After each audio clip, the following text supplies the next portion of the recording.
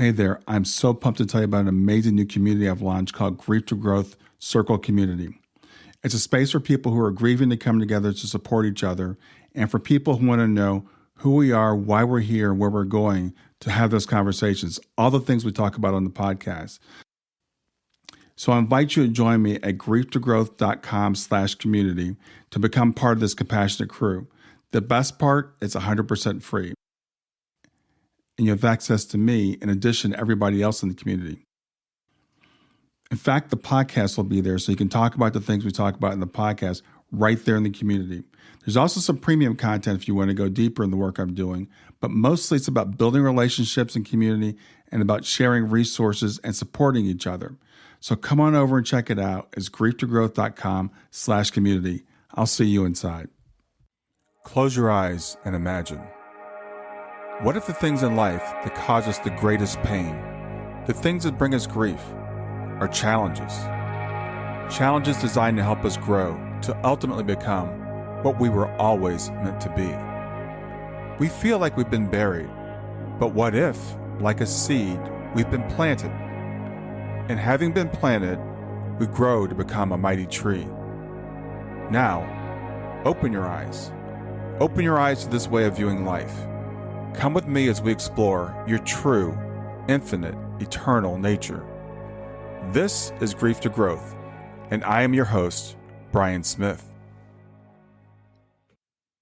Hi there, this is Brian. Welcome to another episode of Grief to Growth, and I'm your host, Brian Smith. Whether this is your first time tuning in or you're a longtime listener, I'm thrilled to have you here. Our show aims to help you navigate the difficulties of life, to understand who we are, where we came from, why we're here, where we're going. Today, we have a truly special guest and a longtime friend of mine. Her name is Reverend Sue Frederick. Sue is an ordained unity minister. She's a clairaudient, a soul regression therapist, and a master numerologist. Sue has a unique ability to channel messages from the angelic realm and to receive wisdom from guides, and she uses that to help people heal grief and find their true purpose. She incorporates sacred numerology and mystical information into her books and her teachings, offering a deeply enlightened personal perspective on using numbers to navigate the soul's journey.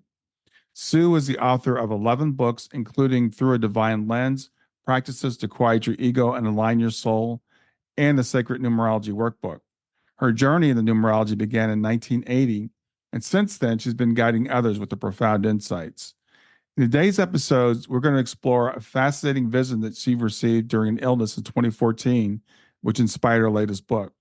We'll go into how emotions like self-doubt, fear, and anxiety stem from living through the ego lens rather than through the soul's lens. And we'll discover ways to lift into the soul's view for a healing perspective. We'll also talk about the power of intuition, the significance of sacred numerology, and the transformative power of past life exploration. So as always, I encourage you after the show to visit grieftogrowth.com/community to carry on the conversation. And with that, I would like to welcome Reverend Sue Frederick. Oh, thank you, Brian. It's such a pleasure to talk to you again. So it's great to have you here. It's great to see you. We met in person a couple of times, but last time was at IANS last year. So and I'm glad to have you here. I know you've had several out-of-body experiences, but you had one particularly in 2014 that inspired your latest book. So could you tell us about that?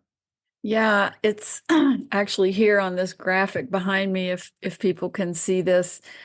And I had a really high fever for days, and I went out of my body and had an all-night experience of being held by, I call them angels. I know they were very high-frequency divine beings, and they were whispering in my ears, showing me Earth as an interplay of light and dark, and showing me that whenever a soul opens their heart on Earth and awakens to the fact that we are, that we are more than physical beings, we are divine beings, and becomes loving and compassionate, then the light shoots up from their soul and helps illuminate and awaken others.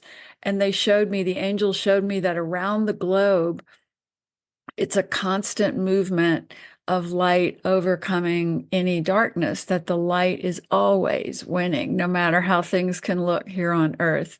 And I remember asking them, why are you telling me this? I mean, this was 2014. I mean, we look back at those times and we go, wow, that was easy back then. Yeah. And the guides and the angels said, they said, we're telling you this because things are going to get hard in the next few years on Earth. And people like you have to remember and teach that the light is always winning and that love always wins. I've had to go back and remember that constantly in the last few years, Brian. Yeah, we've been through a lot. We've been a lot since 2014. Seems like you're right. That was kind of like innocent times compared to what the way Yeah, things are today. exactly. So I know you've had several mystical experiences, and I know one goes back to the passing of your husband. So tell us about that incident. Yeah, I mean, you and I have talked before about how grief can be our greatest spiritual teacher, our greatest spiritual awakening. And back in 1980, I was 29 years old. I was married to a beautiful young man who was a mountain climber alongside of me. We were both outward bound instructors back in the 70s. And what that means is we were basically life coaches teaching people to overcome their fear, but we were doing it in nature, in the outdoors. And we kind of felt invincible, we were climbing 14ers in Colorado and everything.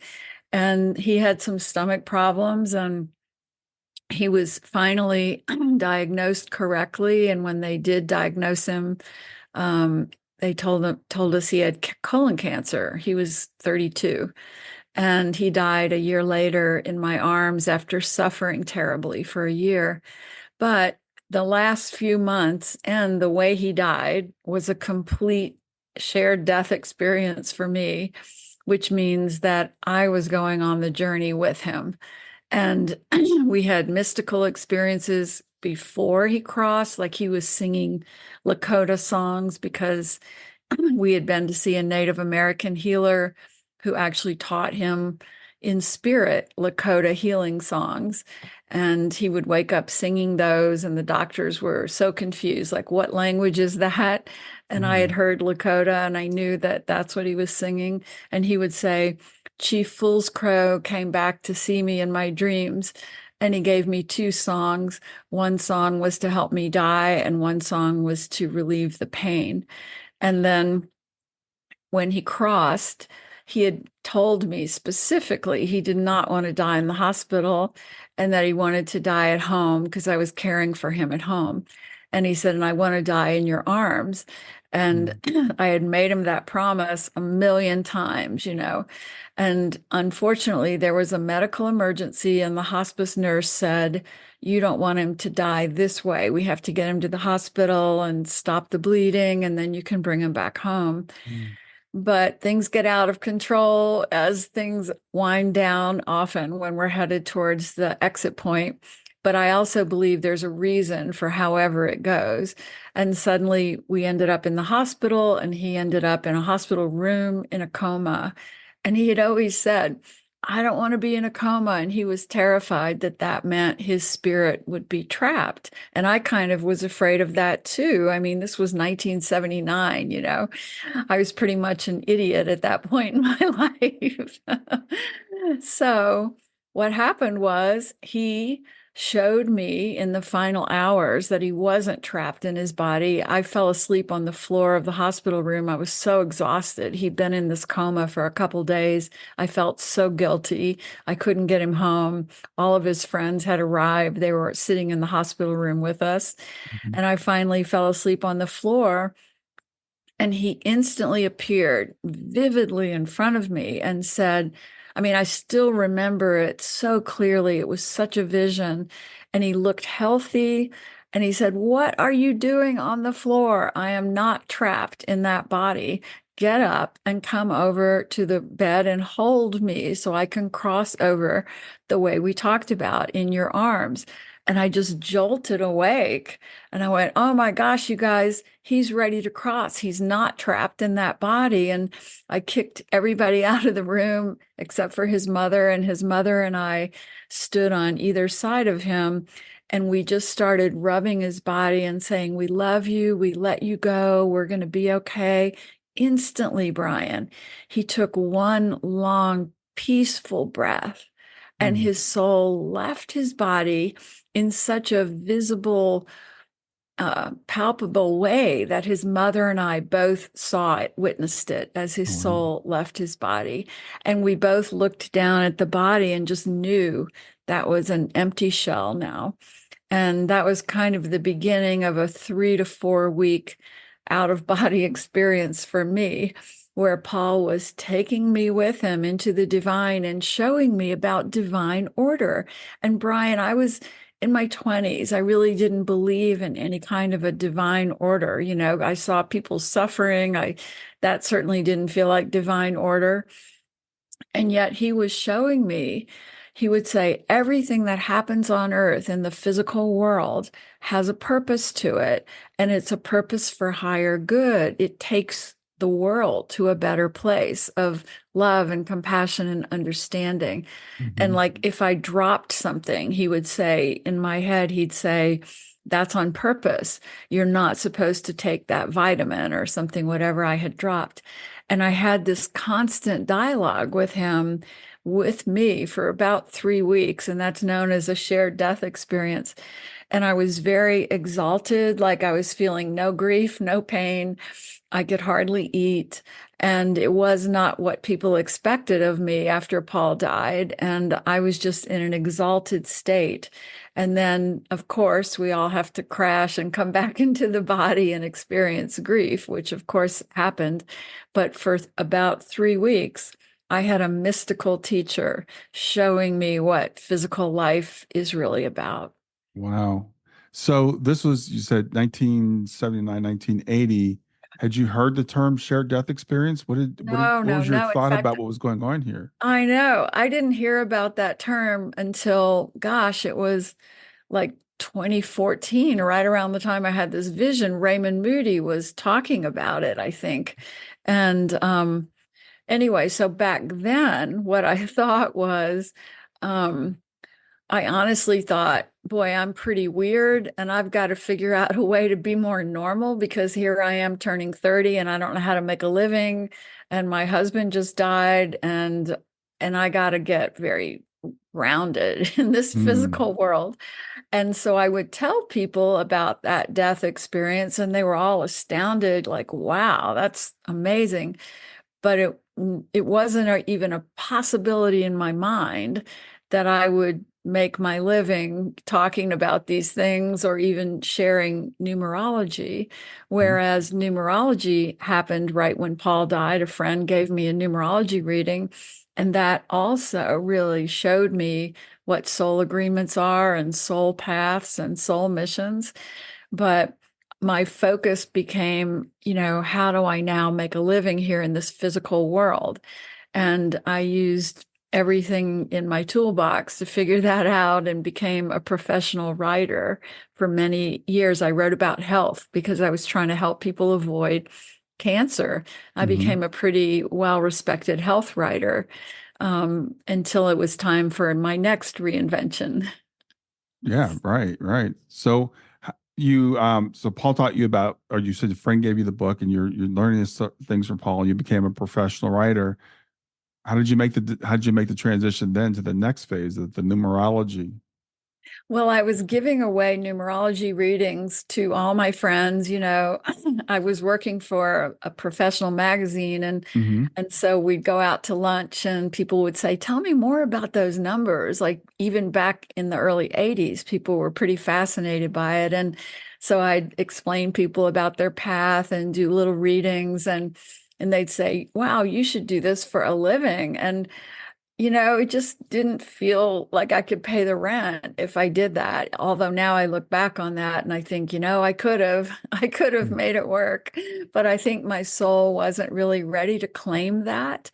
I Hmm. still was trying so hard, Brian, to fit in and be accepted here on earth. And I think you and I have kind of talked about this because you're an engineer, you're very logical. I love that about you. And my father was an engineer, very logical, and I adored my father. And Hmm. I kept feeling like, even though I'm in my 30s, my dad would never understand if I told him, hey, I'm going to be a numerologist and use my intuition. And I still wanted to please him, but he could understand me being a journalist and a writer. And when my dad crossed a few years later, I had another profound shared death experience with him. Mm-hmm. Yeah, tell me about that. Yeah. So my dad was my love. I mean, when I was growing up, Brian, my mom was pretty harsh and didn't really like me. And I forgive her 100% because I was not the daughter she wanted. She wanted the Southern debutante, the normal girl, and try as hard as I could. That wasn't me. And I left home at 17. But my father always honored my precognitive dreams that I would share in the morning, and talking Mm-hmm. about, he would take me to the library to try to figure out, like, how can intuition be real? How can precognition happen? He wanted to understand it the way an engineer would, Right. because he was an engineer. And so we'd have these amazing discussions about it.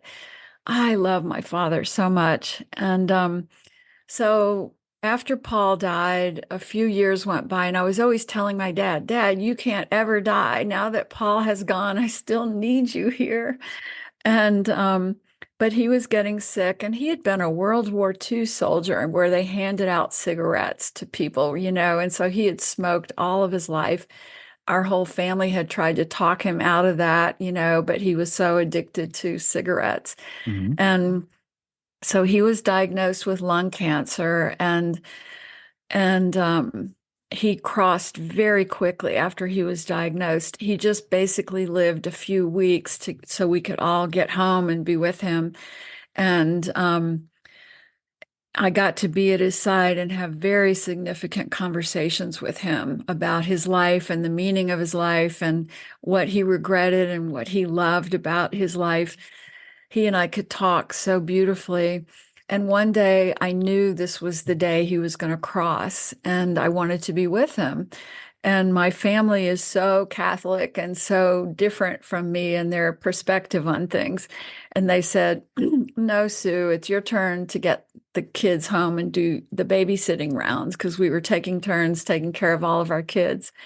And I was so angry, and it was kind of the perfect play for my family drama, right? I was always the odd girl, never really honored by my very logical family.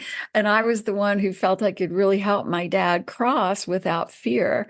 And so I was outvoted and sent home. Mm-hmm. However, I had the best experience of being with him, because I got the kids home, got them all down for naps. They were all under the age of 5, including my own daughter.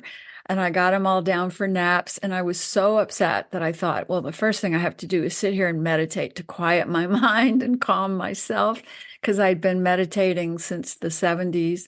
And so I sat down and closed my eyes and started doing my mantra meditation to quiet my mind. And instantly, my father appeared to me just the way Paul had. And he was so vivid and so real and so young looking and happy and healthy and joking around with me the way he had done when he was younger and healthier. We would always say, Dad, you're such a clown. We're going to send you to clown school. But we hadn't seen that part of him in a while. And here he was in front of me, just like making me laugh and being goofy. And I was going, Dad, what are you doing here? And then I was like, wait, Dad, what are you doing here? And I kind of came out of my meditation. It was so real. So I picked up the phone and called the hospital. My brother Jim answered, and I said, Dad just appeared to me. And Jim said, well, he's having a heart attack now, and it's chaos in the room, and they're trying to revive him, and it's terrible. I said, no, he came to show me he's already free of the body. He's not there, and he's already happy, and he's already flying around being with the people he loves. Mm. And I knew for sure that that was his message, that souls are not stuck in the suffering that may happen in the final days or hours of crossing over, that they are already free. and that they're already coming to love on the people that they have been with. And my father did it so beautifully. And since then, he's come back many, many times. In fact, Brian, in my recent stint in the hospital with my own dance with cancer, my father was the most present spirit in the room with me, constantly telling me, calm down, don't worry, just the way he always did when he was alive here on earth, and telling me things like, trust the doctor to do their job. He was just so much like that. And he really helped me be calm as I walked through my own recent health crisis. Such beautiful stories. Thank you for sharing that. I mean, and the comfort that we can all take from that, because we've seen people suffer, at the end of life, and we wonder what they're going through, and we think about them being trapped in the body. So to know that even while his body was going through the process of having a heart attack, his spirit was already gone is, I think, something that's going to bring a lot of people comfort. Yeah. Yeah. Especially people who watch someone cross who's had cancer or something like that, because there can be really awful suffering of the body. And I work with so many clients who are stuck in the memory of their loved one suffering. And Mhm. I can, with 100% confidence, say, I know with every cell in my body that your loved one was not in that suffering modality, and they don't want you focusing on that and remembering them there because they are not there. Yeah, and we do something about our human mind is it gets so stuck on that, on those final moments, whether they were a cancer or something, or whether they were murdered or in a car accident or whatever. Our minds go to the worst possible thing. Yep, that's the dance between the human mind that always goes down the dark path if we give it a chance, and the soul's wisdom that's always going, wait, there's another perspective. Look at it this way. Yeah. So let's talk about that other perspective, because I know that's one of the things you help people do is to make that shift from the everything is wrong, this is Yeah. terrible, to that higher perspective. So just tell me a little bit more about that. Well, when we get to Earth, we get talked out of trusting the higher voice that we all have, the soul's wisdom. When we're kids, when we're children, we are very much in touch with spirit, with soul's wisdom, with love. We remember our essence as divine beings, and we're only looking at life from this very much higher perspective.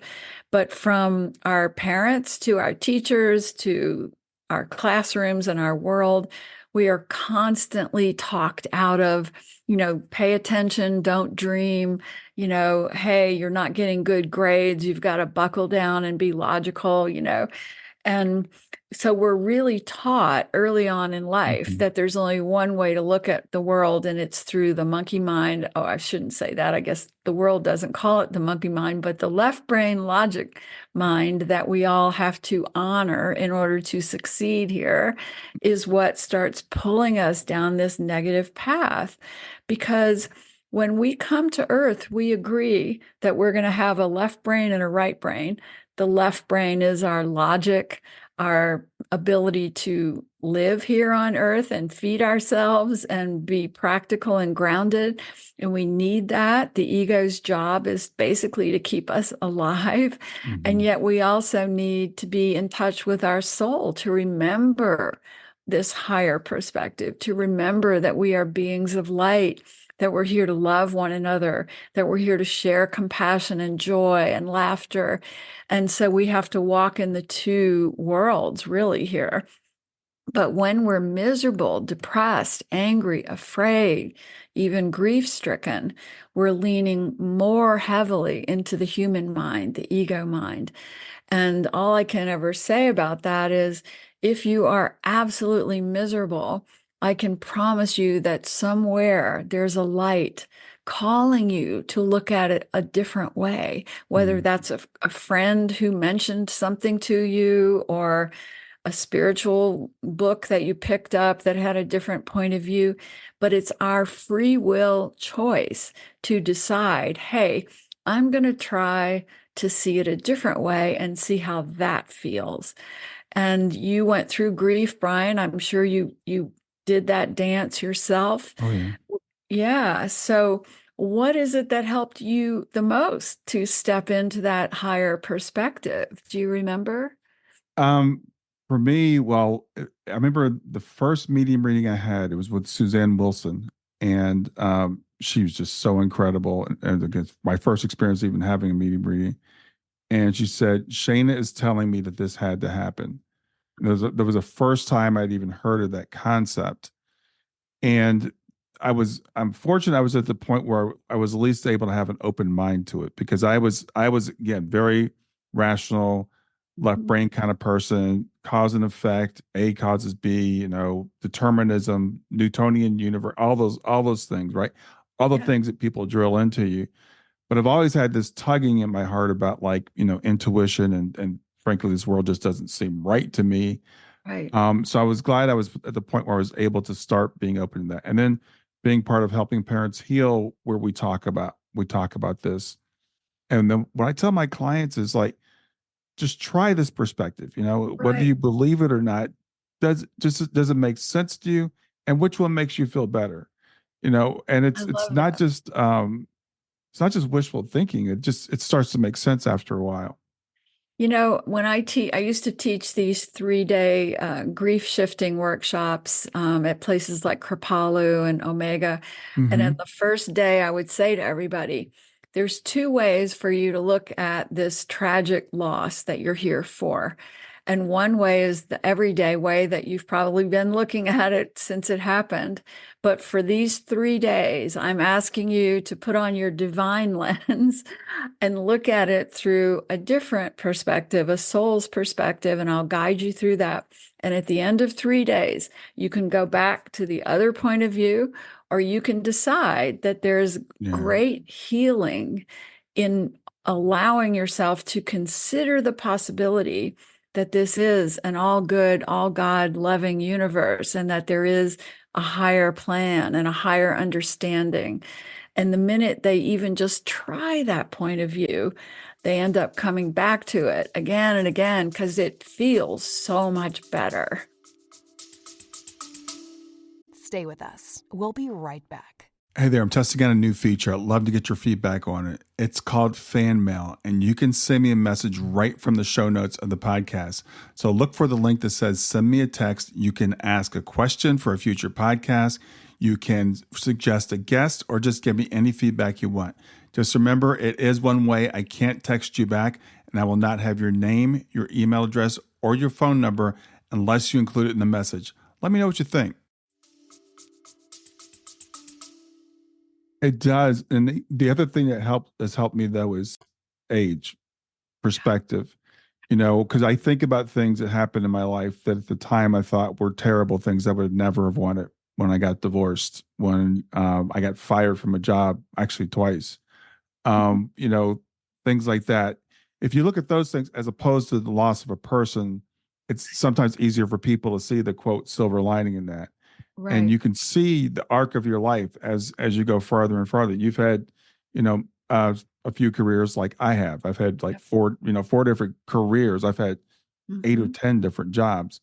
And I've Um, been fired too, so I know what you mean. right, but when you think about that, there was probably something good that came out of that. Absolutely. And this is also why I love numerology so much, because one of the most helpful pieces of numerology is that they show you your 9-year cycles in your life. And Mm, we all have these different 9-year reinvention cycles, and they start at different times depending on our path, etc. So when I do a session or help somebody through numerology, the first thing I'll look at is where are they in that 9-year spread. When you're at a one personal year, you're at the beginning. You got this new job, this new career, this new relationship, and it all seems wonderful. And then you walk through the arc of learning of where that's going to take you. And then you hit the end of the cycle, and it's a surrender of some kind is always required. So when a client would come to me and go, hey, I've lost my job, I'm facing bankruptcy, I'm even maybe going through a divorce, I'd go, I bet that client's in a 9 personal year. And I would go and look And they were. And then when you look back at your whole life and you see where all of those endings were already programmed into your life, and you can see it in numerology, and you go, wow, I didn't do anything wrong. That was a pre-programmed ending of that cycle of my learning. And so being fired was necessary to get shaken to step up and look at a different possibility for career. Mhm. And of course, it's much harder when we see that we've had to go through the loss of a loved one. That's always the hardest, Right. letting go. Right. But when I look back at Paul and my best girlfriend, Chrissy, and my dad, all dying when I was in my early 30s, late 20s, and at the time, they seemed absolutely crushing. And now, Brian, I know in every cell of my body that I couldn't be the person I am today. I wouldn't be the person I am today. And I wouldn't have been able to help so many people with my work if I hadn't gone through those devastating losses. And that's the weird thing about human life is that we seem to sign up for some hard heartbreaks here because they really force us to grow, to start looking for some other answers, to start saying, what is the purpose of being here? Who am I really? Where did my loved one go when they crossed over? And why am I still here? Those are the important, good questions here. Yeah, exactly. And until you get that broader understanding of where our loved ones went, because if you have the traditional Western mindset that you're in the body and then you're gone, it's like a light bulb being turned off, then it really is hard to find meaning in something like that. It is. So when we have that higher perspective that they're okay, they're okay, I'm okay, I'm going to see them again. There's your father's still with you, these many years later. Then we can start to say, well, maybe there is something to this. But I think as long as you hold that perspective that they're just gone, I don't see how you get there. I agree totally. The other piece of it is once you begin to consider that, yes, consciousness lives beyond the body, and you and I know there's enough science now to say that is proven in quantum physics that consciousness lives beyond the body. Once you consider that and you go, wow, if my loved one is still around, they're watching me. And am I making them proud with how I'm Yeah. living my life, or am I living my life locked down in my negativity, my anger, my blame, my grief? Every spirit I've ever connected with have said they don't want their loved one in that negative place wasting their life. Everything here on earth is a combination of our free will. We get to choose how we're going to respond to these hard lessons that are programmed into our life. So when we see that combination of free will and destined path, we go, oh, I want to pass the test. I want to show my spirit's loved ones that I'm trying my best, that I'm really trying to live from love and compassion and kindness no matter what comes my way, that I'm going to keep trying to do meaningful work no matter what happens. And when we develop the muscles that allow us to live that way, then the other benefit is it spreads like a ripple effect, like these lights in the graphic, and helps other people wake up to that and wake up to behaving for their highest good. Yeah, I have to say, as you were saying that, I was thinking about, after Shayna passed, and I didn't want to be on the planet. I'm Of frank course. about that. It's just like I didn't want to be here, Yeah. and I thought, well, I have to stay here for Kayla, my other daughter, and for my wife. So okay, I'll stay here for them. And then later on, it dawned on me, it's like Shayna is still here, and Shayna wants me to be happy, and she wants me to be productive, and and knowing Shayna, it's like I'm gonna have to face her when I cross back over. So That's that's a right. big motivating factor for me. It's the Of biggest reason I do course. what I do now is because I know Shayna's watching. And she's so proud of you now, you know that. And she's such a shining, beautiful spirit. We can all feel her presence when we're around you. But it's true, our loved ones on the other side. And that's why I love helping parents heal so much, because I believe that the children on the other side, the ones who cross early in the physical life, are the more advanced souls. Doesn't matter if on earth they were diagnosed with a mental illness or they did drugs. Forget that kind of judgment. I believe they were very advanced souls, and they agreed to come in and shake things up here, wake up their soul posse, and then step into the divine and help us from that realm. So yeah, they're our cheering squad, you know. I mean, I'm so blessed to have friends like Elizabeth Boisson, the founder of Helping Parents Heal, because I see and feel the energy of their beautiful children. Those children are the team trying to help humanity evolve. That's the blessing of Helping Parents Heal. Yeah, I couldn't agree more. Let's talk about numerology, because we've all heard of astrology, and we have our horoscopes and stuff. What's numerology based in, and what is numerology? So back when Pythagoras created our entire number system, 580 BC, he also said, he was a Greek mystic, and he said, every number is not just a quantity, it has a spiritual meaning or a spiritual quality to it. And I've always thought it's so funny that that part of the message got drilled out of our world, because I would have paid so much more attention in math class if they had told me that, you know. Mhm. And so it's not like a woo-woo thing that was invented last year. It's really the science and the art that came along with numbers, and yet it got kind of diminished as we evolved to be more left brain in our world. But now, as we help people combine these other two parts of themselves, the left brain and the right brain, we can say, oh, well, the number 4 is not just about 4 apples. It also has the energy of strength and determination and hard work. And then you start looking at all the meanings of the numbers. And when I look at the birth path that comes from the date of birth, I combine that with the sun sign, and then you get a real kind of deep gestalt or an understanding of what that soul came to learn in this life and the gifts and the challenges they brought with them. And I've been studying this since 1980, so I have my own way of doing it, of course.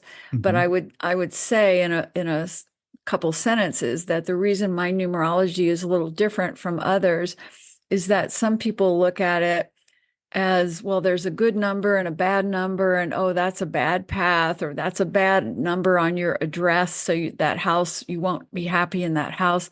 To me, that's superstition, and that's not the higher perspective that Pythagoras meant with these numbers. In other words, if we are on an 8 path, which is all about money and career and power, it means that every lesson that comes our way in this lifetime is asking us to learn the right use of our power, the right use of money, the right use of being generous, the right use of empowering others rather than abusing them. So every number has these two sides to it, and we are here to learn the light, the higher side of our path and what we've come to do and be. Stay with us. We'll be right back. Hi there. I'm really excited to tell you about my latest ebook. It's 4 lessons that you can learn from the near-death experience without going through all the trouble of dying to learn them. I've been studying NDEs for several years now. I am completely convinced that not only are they 100% real, but that there's some very universal wisdom that we can get from the near-death experience. And I've distilled that down in this book into 4 short lessons. And I've also given you all the reasons why I believe that NDEs are absolutely real. So go to www.grieftogrowth.com/NDE lessons to pick it up for free. www.growth.com/NDE lessons. I hope you enjoy it.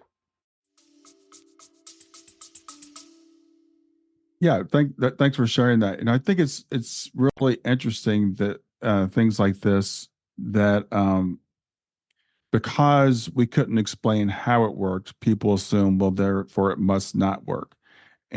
But science is starting to come around and look at some of these things that we said before were just didn't make, astrology even, well, when I was born, how could the planets affect me? But now people are starting to realize there are things that we don't understand. There's a lot that we don't understand about the Right. universe. And how And arrogant of us to think that our logic can understand it all, yeah, exactly. And the thing I'm like, does it work? Does it make sense? And someone the other day, because of computers and stuff now, they can run these things, reports, and they gave me a report on something. And I was reading through it, and it was a combination, I think, of numerology and human design and some other aspect of Mhm. this type of knowledge, metaphysical knowledge, I'll call it. And Mhm. I'm reading it, and I'm like, it's just like spot on. I'm like, did they go through my bio and they create this? So I tell people, give it a shot, take a look at it, and see if Yeah. it makes sense. Does it actually work? Well, that's the thing, I believe this is a loving, all good, all God universe, no matter how it looks up close. And so there's many signs here. I mean, why would we drop into the heavy, dense earth realm with no help, no signs to help us remember who we are? We wouldn't do that. Hmm. So there might be an astrology thing that pops up over here, and suddenly you understand why you have certain challenges or gifts, and then a numerology thing that goes, oh, your birth path is this, and by the way, you're at the end of a cycle, so you didn't do anything wrong, it's just time to surrender and step up to the next level. And all of these beautiful gentle signs that are helping you remember that you're a beautiful soul on a journey who came to earth on purpose to evolve and help others evolve. And that's how I look at all these signs from astrology and numerology. They're not a religion, and they're not a dogma, and they're not anything negative. They're saying, hey, if this helps you remember your great potential here, use it, embrace it. Yeah, I love the way you said that. It's like, why, it's interesting to me. We come here, it's like a little game we play with ourselves. So we come here, we forget everything, Yeah. and then, as you said, children still have that remnant, but then we drive it out of them. And Right. so they're like, oh, I guess I need to just, fit in. Yeah. But then we've also left ourselves clues or breadcrumbs to kind of lead us back. And That's a again, great way to in the say it. Western world, we've thrown a lot of that stuff away, which is why I think so many of us are completely lost because we don't even know who we are. Right. I mean, look at the state of the world today. It is completely, I would say, split between light and dark, but I also know that light is always going to win. I go back to the vision of 2014, meaning that even if things feel really bad right now, we have to trust that our job is to simply keep on loving, keep on holding our light up, keep on bringing messages of higher consciousness, not to diminish our light by being angry about the world or hating on people we disagree with. And that is so hard for humans. We just want to argue, we just want to say, I'm right and you're wrong. That's what got us in this mess to begin with. Right. So now we have to hold our light so bright and really recognize that that's my job at this tipping point, is to love more, to find more compassion, to share more wisdom, to help more people, to live on the brightest side of my path that I can possibly be. Yeah. Thank you for saying that. So tell me about your book. What can people find in your book? So many very practical tips and tools about shifting this perspective, because I am a Virgo. So a Virgo always wants people to understand a system, a very practical tool for living a better life. I can't be up in the vapors, just talking about dream visions and shared death experiences. I have to make it very real for people. Hmm. So I share things like certain meditations you can do during the day, even if you're out doing the laundry or driving in traffic. What are some of the ways that we can shift our thinking, say an affirmation? I'm a unity minister, and unity is so good at teaching how we can shift to gratitude. No matter what's going on in our life, we can find one thing to be grateful for. My cat, or the sun coming in the window, or the fact that I I personally just made it through a very intense physical challenge, and I am still here and I'm feeling pretty good. So I am seeping myself in gratitude every day. Mhm. And by doing that, we shift up no matter what's coming our way. And that's our job here. And even in this recent thing, I was diagnosed with colon cancer, the same thing Paul crossed from. Right. And as soon as I heard that diagnosis, my human self wanted to go into, oh my God, that's the worst thing that could possibly have happened to me. I'm just going to give up. I'm so angry, all the human emotions. And yet, I've done this work long enough. And that's what I always tell people. You need to get these spiritual tools in place before the crisis comes so that you just know right away that that negative emotion isn't going to save me. It's not going to help me, and spend as little time in it as possible. And then start, I'm grateful. I'm grateful for the nurse who just came in and eased my pain in some way. I'm grateful for my girlfriends showing up at my bedside and giving me a different perspective. And the minute we do those little tools, our frequency shifts up, and then we see the way through. There's always a way through the dark night of the soul. And in my book, Through a Divine Lens, it teaches so many of those little techniques to help you find that light no matter what you're facing and shift into that higher perspective. Yeah, that's so awesome. We started talking before we start recording, and we had to postpone this because you were going through your health crisis. Right. But the way that you talk about it is such a healthy way of talking about it, because as you said, we can choose. We do Yeah. choose how we frame it. You could say this is the worst thing that ever happened to me. How could this happen to me? You're a very healthy person in terms of your lifestyle and everything. This isn't fair. This shouldn't happen to me. But instead you're like, okay, I've got my friends, I've got the nurse, it's a sunny day, whatever. There's Right. always something that we can be grateful for. Yeah. And it is a choice. And this is something I've realized fairly recently, and within the last 5 or 6 years. Mhm. But it's a practice. And as you said, the time to start is now, when you're Right. not in crisis, because when you're in crisis, it's really hard to get to that.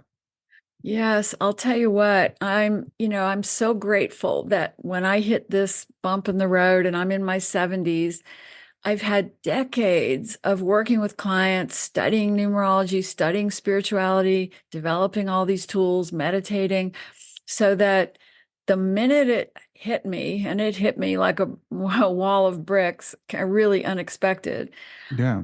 I was able to go, all right, well, today, how about we use a little humor to pull up the frequency? And the true story is, Brian, on the day I got the diagnosis, I sent all my friends and family home. And I said, I just need to be alone. I got to shift my frequency here. And Brian, I've always known all my life that laughter saves me. And if I can shift into some sort of laughter, I will be able to cope with whatever's coming my way. Hmm. So, alone in my hospital room, I set up my cell phone and I have many favorite comedy movies that I've watched over the years that I know they're my go-to life-saving comedies. Hmm.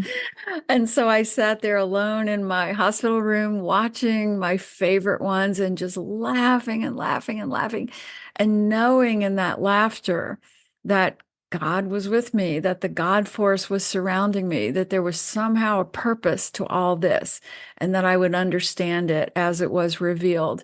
And by shifting my frequency with laughter, it opened my heart. It just changed how I was able to walk through it.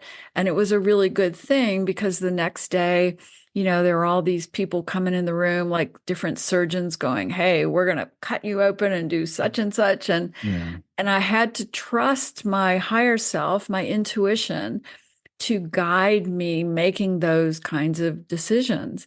And if I had been in my lower state, of anger and all the things I could have done easily, I don't think I could have seen clearly the right choice and the right way to make it through. And that's what I always tell people. There's always an intuitive choice that feels good. and you can find it even in your darkest moment. But if you're already in a very negative state, you may not be able to hear the guidance. You may not be able to feel what is right. So our first job is to shift our frequency. And if laughter works for you, pull out your cell phone and watch a comedy, and get your energy shifted so that when you've got to trust your intuition, when you've got to make that big decision, now you're shifted in a higher frequency. You can hear the guidance from the higher beings. You feel loved and loving, and now you can make the right choice.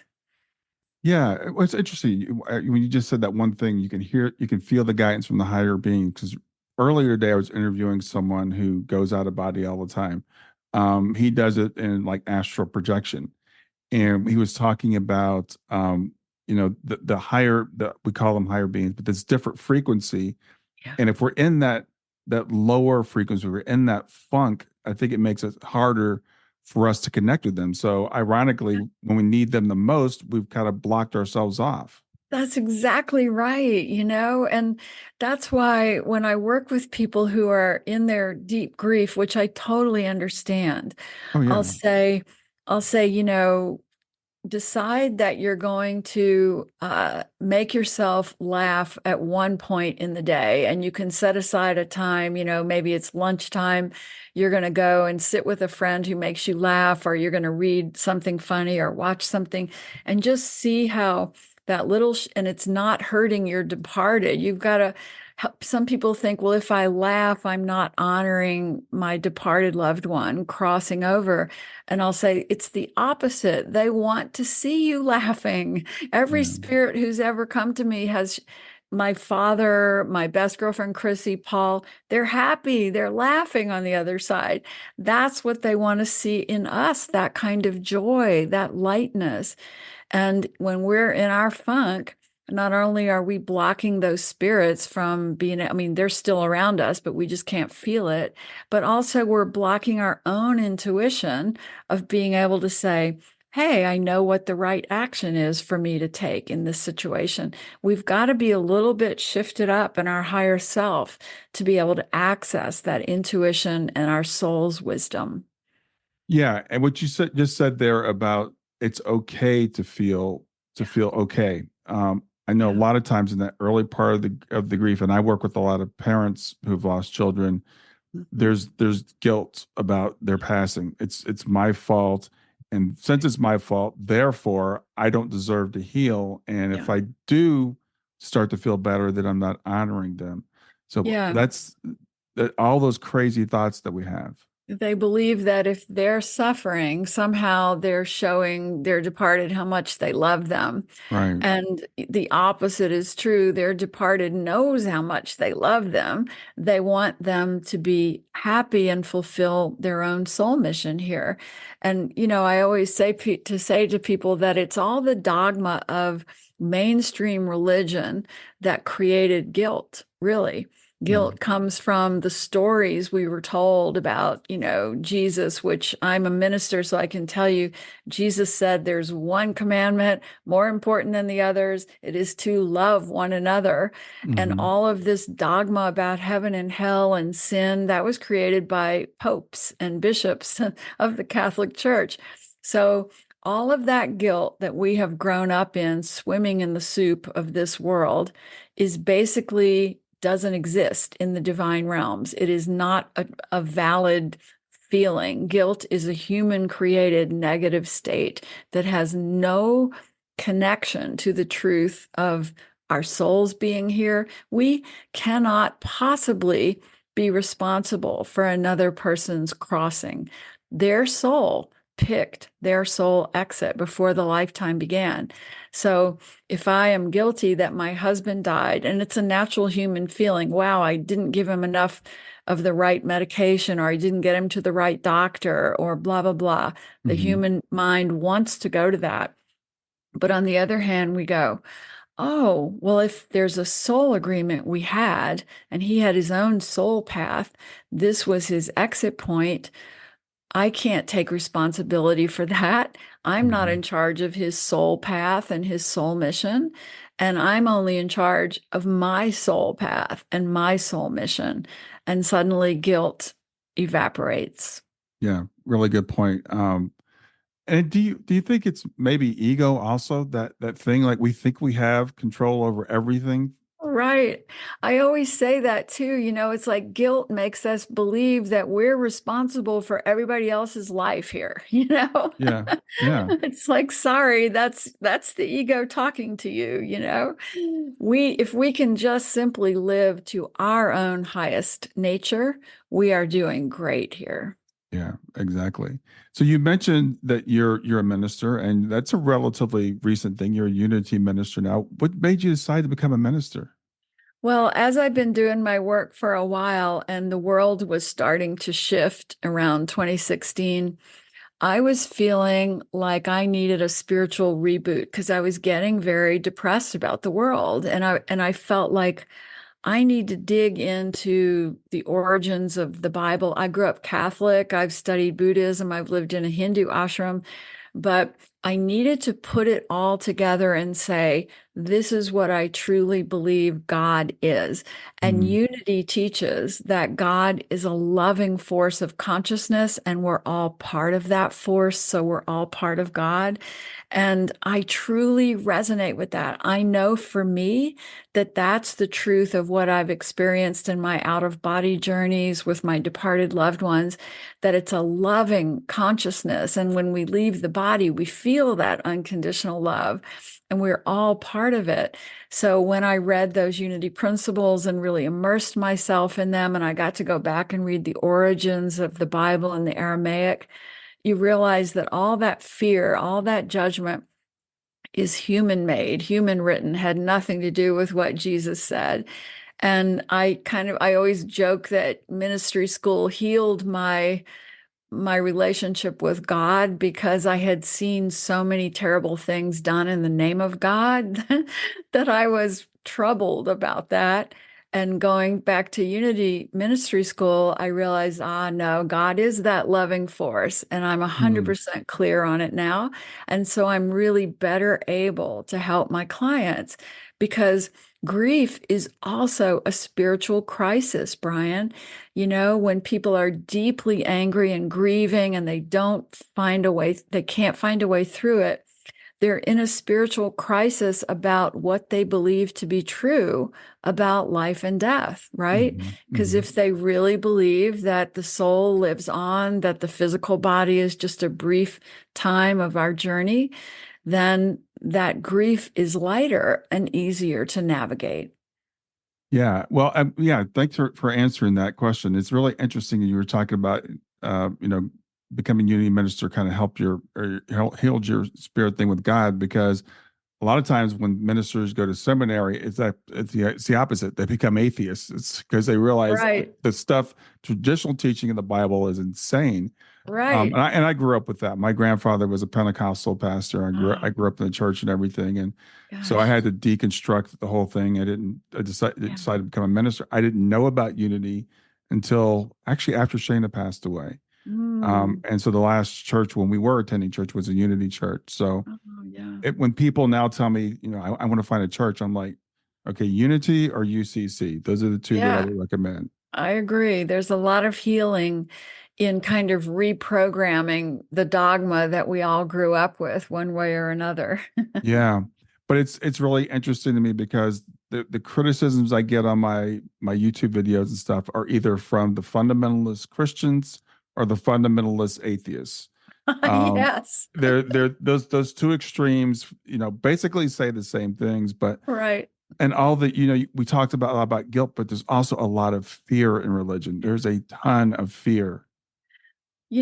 I have to tell this story. I have a 97-year-old mom, and she is still alive. And she and my dad were deeply Catholic, and Catholicism, and I have to say there are a lot of good things about Catholicism because I grew up in that church. I went to Convent of Mercy schools until I was 18 and left home. But the good part for me was I really could feel the presence of something sacred in their ceremonies, in their Hmm. traditions. Yeah. And the Catholics really paid, at least back then, paid homage to the Divine Mother. You know, Hmm. they called her the Virgin Mary, of course, but she is the Divine Mother.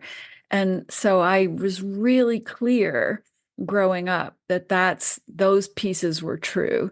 However, all the going to hell, the sin, the mortal sin, it is so overdone in the Catholic tradition and so crazy that my mother, who's now 97, is afraid to die because her husband, my father, we all know he was a saint and we all know he's absolutely in heaven according to the Catholic dogma.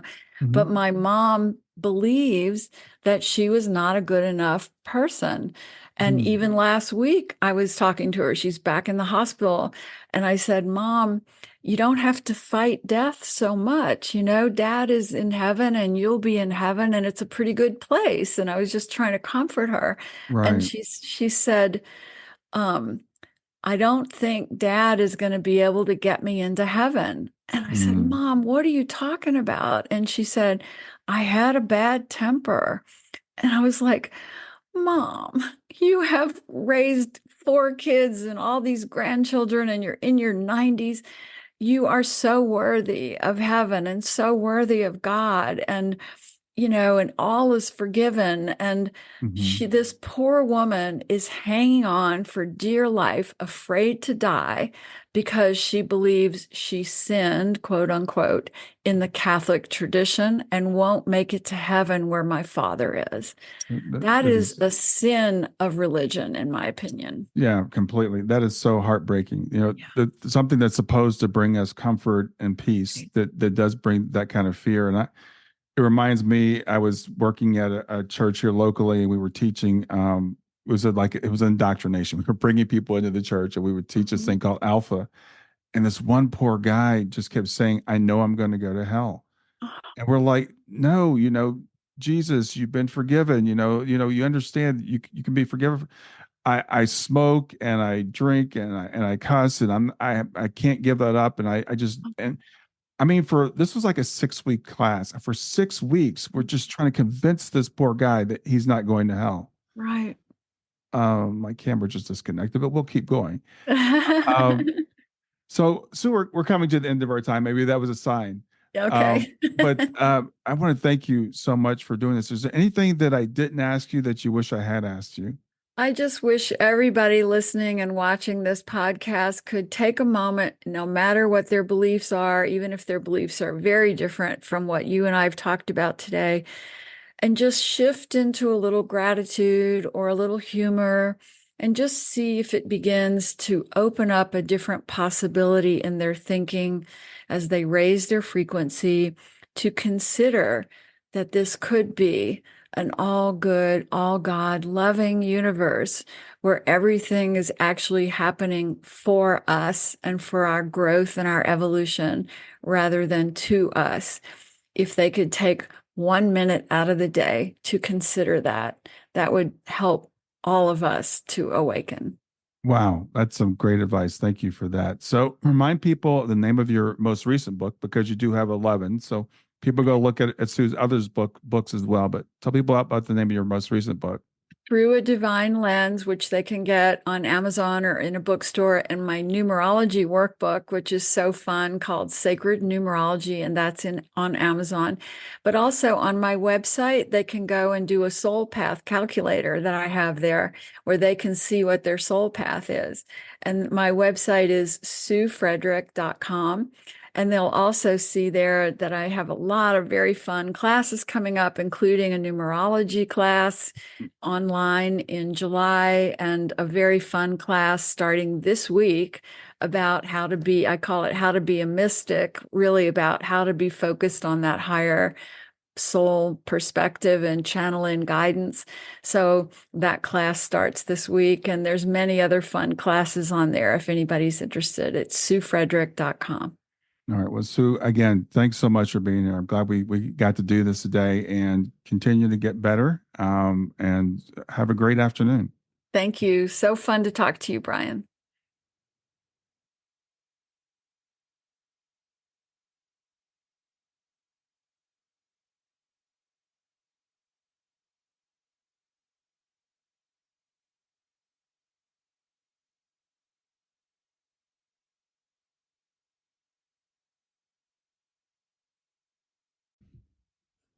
Hey there, if you liked this episode, come on over and talk about it. Let me know what you liked. If you didn't like this episode, come on over and talk about it. Let me know what you didn't like. Go to grieftogrowth.com/community and look for Talk About the Podcast. I'll see you there.